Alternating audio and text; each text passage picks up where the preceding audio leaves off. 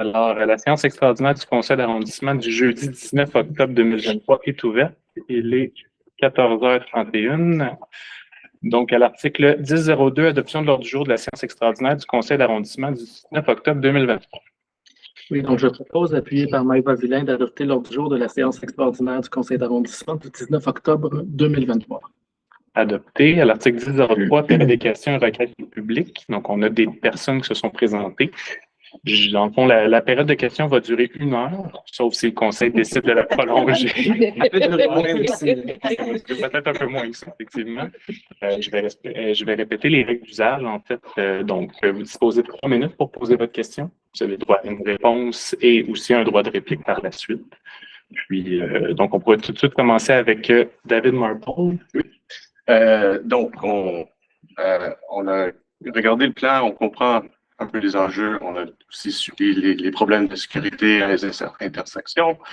On comprend qu'on a besoin de changer l'utilité publique pour le transport adapté. Ça, c'est tout, on comprend tout. Le problème avec les propositions en son état actuel, c'est si on veut se stationner ou on veut sortir de où on habite, ça devient vraiment dur. Ça nous oblige à prendre Marianne pour aller sur la rue Saint-Denis. On ne peut pas tourner à gauche sur la rue Saint-Denis, il y a souvent beaucoup de trafic.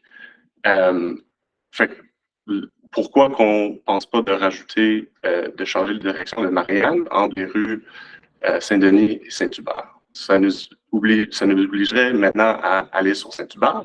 Par contre, on peut y aller de nord en sud, on peut à Rachel tourner à gauche à droite. Ça n'entame pas la circulation de la même façon. C'est vraiment, en gros, ça la question.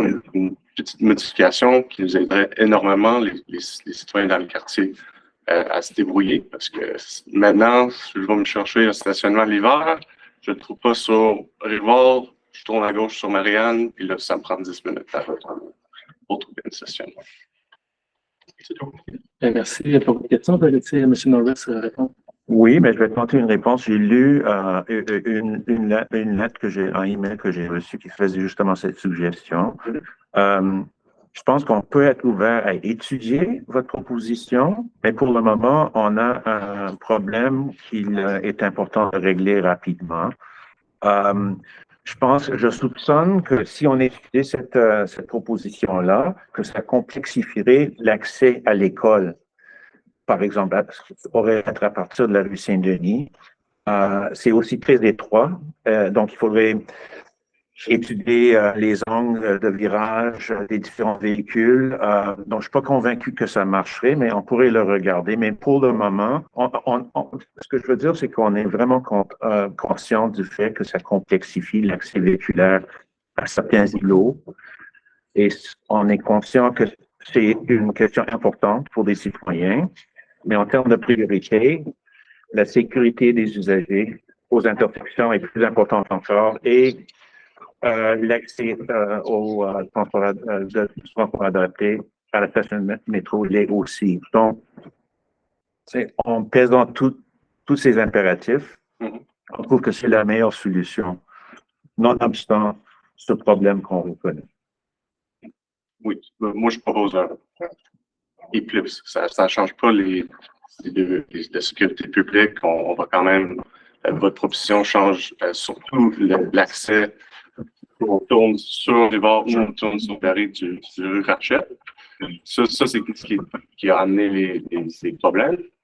Aussi, ils n'ont pas changé les lumières quand ils ont changé les directions, puis ça cause ces problèmes aussi. Parce que tu as des verres pour des autos non existants.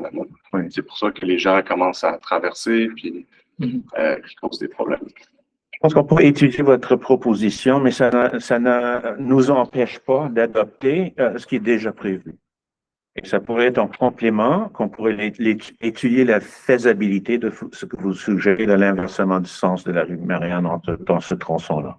Moi, je ne souhaite pas qu'on soulève des attentes trop élevées parce que je soupçonne qu'il y ait des enjeux techniques qui vous empêcheraient de le faire. Mais qui sont juste, Donc, première question, vous avez votre supplément. Non, mais c'est bon. Je veux juste, il y a d'autres personnes qui sont inscrites qui vont pouvoir poser des questions aussi si vous le souhaitez. Notre directeur de l'urbanisme est ici, notre directeur des études techniques est ici, ils vous entendent. Donc, nous, aujourd'hui, on va aller de l'avant parce qu'on a un problème à régler à court terme, mais on va analyser votre proposition pour voir si dans un deuxième temps, si c'est faisable et souhaitable ou pas. Donc, c'est ça qu'on peut répondre à votre question aujourd'hui. Puis on peut passer à la prochaine personne. On avait une question de Nelly Cog. Est-ce que c'est... Oui, je me demandais justement pour le transport pour adapter. Je sais qu'en ce moment, bon, il y a déjà des autobus qui passent sur Mont-Royal. Est-ce que ça serait possible pour le transport adapté Ah, OK, non, je te réponds à ma propre question. Ouais. On va pas débarquer de ce sens-là. Mais sinon, ben, j'avais le même commentaire que M. David. C'est pour côté Marianne, si on pouvait le changer de direction, pour nous, ça nous faciliterait beaucoup la tâche. On a tous des jeunes enfants, puis souvent, mon mari travaille en Ontario, alors on n'a pas le choix d'avoir une voiture. On a une seule voiture pour la famille. Puis des fois, bon, ben, tout dépendant s'il va travailler ou quoi que ce soit, il y a un urgentologue, il travaille la nuit. Moi, je dois déplacer la voiture tout seul. Puis, si je trouve pas certainement, j'ai 2 jeunes enfants à la maison, puis je dois partir pendant 10 minutes versus 30 secondes juste pour faire le tour. C'est énorme pour nous, puis on n'est pas la seule. Elle aussi, elle a 3 de ses enfants en bas de 6 ans. Son mari aussi, il est médecin. Je veux dire, ce 10 minutes-là, 15 ça, avec surtout pendant la saison, l'été, tout ça, je veux dire, c'est énorme pour nous par rapport à notre famille, puis le bien-être de notre famille, puis leur sécurité à eux autres aussi. Tandis que, concernant Marianne, je veux dire, il y a la section après Saint-Denis qui est déjà de l'autre sens. Fait que ça serait juste de la prolonger jusqu'à Saint-Hubert en tant que telle. Oui, je pense que la même proposition était juste avant, donc je vais vous faire la même réponse. On vous entend bien, on va l'évaluer. Donc, vous voyez que ça ne pose pas de problème. Nous, on va demander à nos équipes de l'évaluer parce que peut-être que ça génère d'autres enjeux que vous ne voyez pas. Donc, c'est pour ça qu'il faut juste prendre le temps de bien évaluer l'option, si c'est la plus pertinente ou pas. Puis vous comprenez que nous, on va toujours faire des arbitrages entre tel usage, puis faire ce qui est le mieux possible dans l'intérêt collectif. Donc, on s'est bien entendu, puis on va réfléchir à ça. On a eu 2 nouvelles personnes, donc si jamais vous voulez poser des questions, vous pouvez peut-être commencer. Oui. Juste me donner votre nom de famille également. Merci. Ma question, c'est une logistique pour l'été prochain. Lorsque le festival de la BD va avoir lieu, puis que vous fermez Marianne, on n'a plus accès à Saint-Denis. Puis même lorsque c'est pas fermé, il y a une longue filée qui s'aligne de Saint-Hubert jusqu'à Saint-Denis sur Marianne. Puis moi, je demeure sur Rivard, sur le tronçon qui est rechangé à nouveau. On va essayer de passer les 4 arrêts. On ne sera pas en mesure de se faufiler sur Marianne parce qu'il va y avoir déjà un backlog très long de voitures. Puis la lumière n'étant pas très longue parce que le passage piétonnier est quand même assez long. Pour nous permettre de tourner à gauche ou à droite. Fait qu'on risque de. Je ne la prends pas souvent, ma voiture, je suis en bicyclette, mais mon mari en a besoin. Il travaille assez souvent, mon mari a besoin de nos voitures. Ce qui arrive, c'est qu'il risque de passer peut-être 15-20 minutes sur le coin avant qu'on ait la chance de tourner. Donc, comme vous savez, à la BD, vous fermez le tronçon Saint-Denis. Fait que la rue Rivard, vous allez la retourner temporairement pendant ce festival-là. C'est une question? Oui. Qu'est-ce que vous allez faire? Question. On va l'étudier. C'est vraiment en fonction de l'événement. Je ne sais pas, Benoît, si tu as des choses maintenant. Là. Marianne reste ouverte. L'intersection Marianne entre Saint-Denis. Pour inverser une des deux, pour être capable de faire sortir. Ou ça va être Rivard qui va être mis à double sens pour permettre aux gens de sortir. Ça peut faire. Pendant le festival. Comment? Il faut faire le plus de stationnement pour on fait comme ça dans tout le long de la Piéto Mont-Royal, vous avez vu différents tronçons qui sont fermés. Ce qu'on fait, c'est qu'au centre du tronçon, on retire 3 espaces de stationnement, puis à la tête, pour permettre aux gens de faire un virage en U. Puis quand ils se rencontrent, le plus proche, la personne qui est la plus proche du no parking va se tasser, laisser passer l'autre tourner. Ça fait c'est commun en chantier de construction, c'est commun dans le cadre de la Pietro depuis 3 ans. C'est quelque chose en circulation qui est fréquent. Fait que ça peut être ça pour 25 ans. Le festival BD est moins long que 4 mois de la piétonisation. Ben oui. Et il y avait une autre personne qui voulait peut-être. Oui, allez-y. Oui, bonjour, Philippe Baud. Donc, on partage tous les mêmes avis, en fait, avec tous dans ce bloc. Il y a beaucoup d'enfants, effectivement, dans les ruelles et qui viennent venir voir sa vie. Et effectivement, on va tous rencontrer le même problème, à savoir que la circulation ne va pas du coup marcher. À savoir qu'au sud de Rachel, c'est plus la même vignette non plus. Donc là, vous êtes obligé à partir dans un truc qui ne marche plus, parce qu'il ne peut pas non plus se parquer, en fait, si on fait ça. Donc en fait, il faut vraiment, et je comprends bien le problème de l'arrivée, on comprend tous, hein, pour le stationnement handicapé, pour les enfants. Mon fils en a profité pour un moment, je sais très bien de quoi on parle. Et il faut sécuriser effectivement la sortie. Donc ça, on l'a tous passé. Mais effectivement, il faut inverser.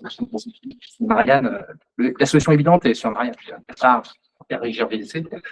Et ensuite, en hiver, n'oubliez pas non plus que c'est 2 rues étroites. C'est 2 rues sur lesquelles on ne peut plus stationner sur un côté complet. Donc, vous allez exacerber en fait plus de problèmes. Vous allez soulever des trucs, vous allez exacerber beaucoup de problèmes en fait sur les riverains, ce qui est vraiment pas faire. Donc, on demande juste effectivement une solution qui est juste, qui serait juste d'inverser le sens, et puis tout le monde peut à nouveau circuler en rue. On peut circuler quand il y a le stationnement, les problèmes droite-gauche, on peut à nouveau faire vite le tour du quartier, ainsi de suite. Sinon, on peut absolument pas faire. Il faut sortir. Il y a plein de rues sur lesquelles on peut plus tourner à droite, à gauche. Du coup, faut partir dans beaucoup de directions. Donc oui, prenez vraiment en compte les gens qui habitent en local, ce sera vraiment long. Sinon, c'est sûr que ça ne va pas du tout marcher. Donc, vous n'avez pas de questions. Non, mais je pense que la solution est assez évidente. Non, mais je vous en ai déjà répondu parce qu'elle a déjà été posée 2 fois. Mais je souligne que la solution est évidente. Juste. Je comprends qu'elle est évidente pour vous. Mais nous, il faut qu'on fasse une étude technique de toute façon pour voir si ça ne génère pas d'autres impacts négatifs avant de prendre cette décision-là. Mais on va l'étudier, on vous a dit qu'on allait l'étudier. Est-ce que j'ai le droit de poser une autre question? Est-ce qu'il y a une personne qui peut poser cette question? Vous pouvez lui souffler à l'oreille. Ben, combien de temps ça prend? OK.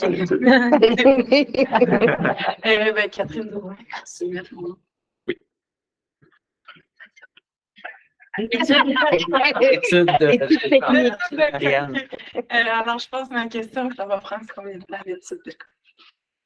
Ça peut prendre environ à peu près 3 mois de faire les relevés, montage, évaluation des différents impacts sortants. On va arriver pendant l'hiver. Oui. C'est-à-dire qu'on va devoir vivre avec la situation, avec le déneigement qui arrive. Ça marchera pas. Donc, la période de questions est terminée? Oui, tout à fait. En fait, on n'a pas reçu de questions en ligne non plus. Donc, on pourrait procéder, en fait, à l'article 10.04 pour les questions des membres du Conseil. Mais je pose habituellement la même question lors d'une séance extraordinaire, mais comme c'est web diffusé maintenant, c'est moins nécessaire, mais je pose toujours la question à savoir pourquoi on fait une séance extraordinaire. Normalement, on adopte nos mesures en séance ordinaire prévues. On peut-être si... Oui, mais en fait, je peux répondre, à la limite de nous pas compléter, mais en gros, c'est qu'on veut agir le plus tôt possible parce qu'il y a vraiment des enjeux au niveau de la sécurité des usagers qui ont été relevés par le PDQ principalement, puis l'école UH La Fontaine. Attendre au prochain conseil d'arrondissement régulier là, qui est dans 2 semaines, mais ça retarde dans le fond la commande qu'on va faire à Rosemont pour la signalisation et le marquage. Puis en fait, si on attendait en novembre, probablement qu'on ne pourrait pas faire le marquage au sol, donc juste la signalisation. Et on a déjà aussi d'autres demandes de révision de la signalisation avec Rosemont qui, eux, vont attendre en novembre. Donc, si ce dossier-là passait avec tous les autres, ben là, on arriverait quelque part en décembre, peut-être même en janvier, tout dépendamment des effectifs de Rosemont. Donc, c'est vraiment pour agir le plus rapidement possible, compte tenu des enjeux de sécurité qui nous ont été relevés par le PDQ. Merci. C'est clair. Parfait. L'article 40.01, ordonnance modifiant le sens de circulation des rues Berry et Rivard entre la rue Marianne et la rue Rachel.